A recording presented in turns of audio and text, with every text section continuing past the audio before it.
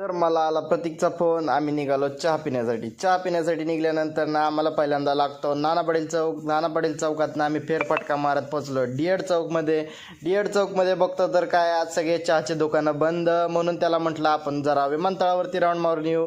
म्हणून आम्ही निघालो विमानतळाच्या दिशेने. तर आमची इथल्या विमानतळाच्या शेजारीच एक कमींची बाग आहे, जी फक्त कमींच्या लोकांसाठी फ्री आहे, बाकी सगळ्यांसाठी पैसे द्यावे लागतात. पोचलो विमानतळावरती फेरफटका मारत आम्ही रिटर्न चाललो होतो. स्वामींचं मंदिर दिसलं, स्वामींच्या पाया पडलो आणि पुढे जातात तुफान गर्दी आढळली. कारण की आज रविवार असल्यामुळे फलटणचा बाजार असतो, त्यामुळे सगळे लोक बाजारासाठी एकत्र येतात. त्यानंतर पुढे गेल्यानंतर ना आमच्या असं लक्षात आलं की या सगळ्या फिरण्याच्या भानगडीत आपण आज चहा पिणंच विसरलो आहे. तर रिटर्न आम्ही गाडी वळवली आणि आम्ही गेलो टी बारला आणि तिथे 2 कॉफी घेतल्या आणि कॉफी पिलो. चहाचा प्लॅन अचानक कॅन्सल झाला. त्यानंतर आम्ही आमच्या मित्राच्या म्हणजे प्रतीकच्या दुकानावरती आलो, ज्याने की नवीनच शॉप उघडलेलं